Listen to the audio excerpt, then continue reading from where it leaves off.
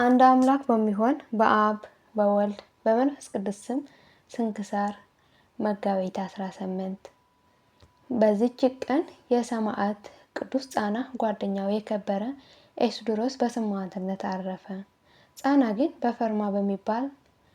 ፈርማ በሚባል ሀገር ለሀገረ ገዢው ከጦር ሰራዊት ውስጥ ወታደር ነበር። እርሱም ከደቅሲያ ሰዎች ወገን ነው። ከበግ ፀጉር ልብሶቹን ለሚሰራ ለኤስድሮስ ወዳጅ ነው። ሁለቱም ሰርተው ከሚያገኙት ለድሆችና ለችግረኞች ይመጸውታሉ። በአንዲት ሌሊትም ከእርሷ ጋራ አክሊሎች ያሉ ድንግል ሴት በራሳቸው ላይ ስታኖረው ሁለቱንም ራእይ አዩ። ከእንቅልፋቸው በነቁ ጊዜ ያዩትን እንዴት እንዳዩ ተነጋገሩ። ምስክሮቹ ሊሆኑ የጠራቸው እግዚአብሔር እንደሆነ አውቀው እጅግ ደስ አላቸው። ከዚያም ተነስተው ሄደው ወደ መኮንኑ ደረሱ። ቅዱስ ጻናም ትጥቁን ፈትቶ በመኮንኑ ፊት ጣለው። ሁለቱም በጌታችን በክብር ባለቤት በኢየሱስ ክርስቶስ ማመናቸውን ገለጡ። መኮንኑም ነገራቸውን ሰምቶ አስረው ይደበድቧቸው ዘንድ አዘዘ።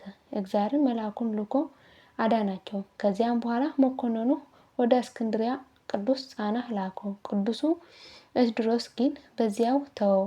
ከጥቂት ቀኖች በኋላ የእስክንድርያ መኮንን ቅዱስ ጻናን ወደ ፈርማ ከተማ መለሰው። ሁለቱ ቅዱሳንም ተገናኙ። በመገናኘታቸው ደስ ብሏቸው በላያቸው በእያንዳንዳቸው የደረሰውን መከራ ተነጋገሩ። ዳግመኛ በቅዱስ ኤስድሮስ አዘቅትን ይቆፍሩለት ዘንድ በአዘቅቱንም ውስጥ እሳትን አንድደው ቅዱስ ኤስድሮስ እንዲጨምሩት መኮንኑ አዘዘ። ቅዱሱም ጥቂት እስኪጸልይ ይታገሱት ዘንድ ወታደሮች ለመናቸው። ወደ ጌታችን ነፍሱን ይቀበል ዘንድ ለስጋውንም ያስብ ዘንድ ጸለየ። ከዚያም በኋላ ወደ እሳቱ ጉድጓድ ቀረበ። ወደ እሳቱም ውስጥ ጨመሩት። ነፍሱን በእግዚአብሔር እጅ ሰጠ። በስጋው ላይ ምንም ጉዳት አልደረሰ። መልኩም አልተለወጠም። የቅዱስ ጻና እናትም ከሚወደው ጓደኛው ስለመለየቱ ታለቅስለት ነበር።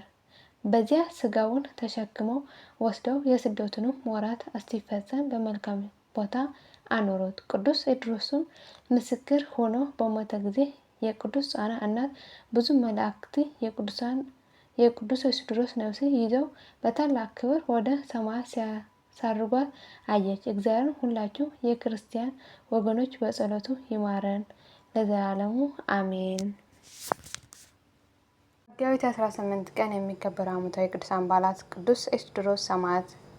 ወርሃዊ የቅዱሳን በዓላት ቅዱስ ፊልጶስ ሐዋርያ፣ አቡነ እስጣቴዎስ ሰባኪ ሃይማኖት ረባን፣ አቡነ አኖሪዎስ ዘደብረ ጽጋግ፣ ማር ያዕቆብ ግብፃዊ። የሁሉም ቅዱሳን በረከትና ረድኤት ምልጃና ጸሎታቸው ከመላ ሕዝበ ክርስቲያን ጋር ለዘላለሙ ጸንቶ ይኑር አሜን። አቡነ ዘበሰማያት የተቀደሰ ስምከ ትምጻእ መንግሥትከ ወይኩን ፈቃድከ በከመ በሰማይ ከማሁ በምድር ሲሳየነ ዘለለዕለትነ ሀበነ ዮም ኅድግ ለነ አበሳነ ወጌጋየነ ከመ ንሕነኒ ለዘአበሰ ለነ ኢታብአነ እግዚኦ ውስተ መንሱት አላ አድኅነነ ወባልሐነ እምኩሉ ኩሉ እስመ ይእቲ መንግሥት ኃይል ወስብሐት በሰላም ቅዱስ ገብርኤል መልአኩ እግዝእትየ ማርያም ሰላም ለኪ ድንግል በኅሊናኪ ወድንግል በሥጋኪ እም እግዚአብሔር ጸባኦት አምላኪ ብርክት አንቲ እምአንስት ወቡሩክ ፍሬ ከርሥኪ ተፈሥሒ ፍሥሕት ኦ ምልዕተ ጸጋ እግዚአብሔር ምስሌኪ ጻል ወጸልይ መረሰንታና ሀ ፍቅር ወልድኪ ኢየሱስ ክርስቶስ ከመ ይስረይ ለነ ኃጣውኢነ ለዓለመ ዓለም ለዘላለሙ አሜን።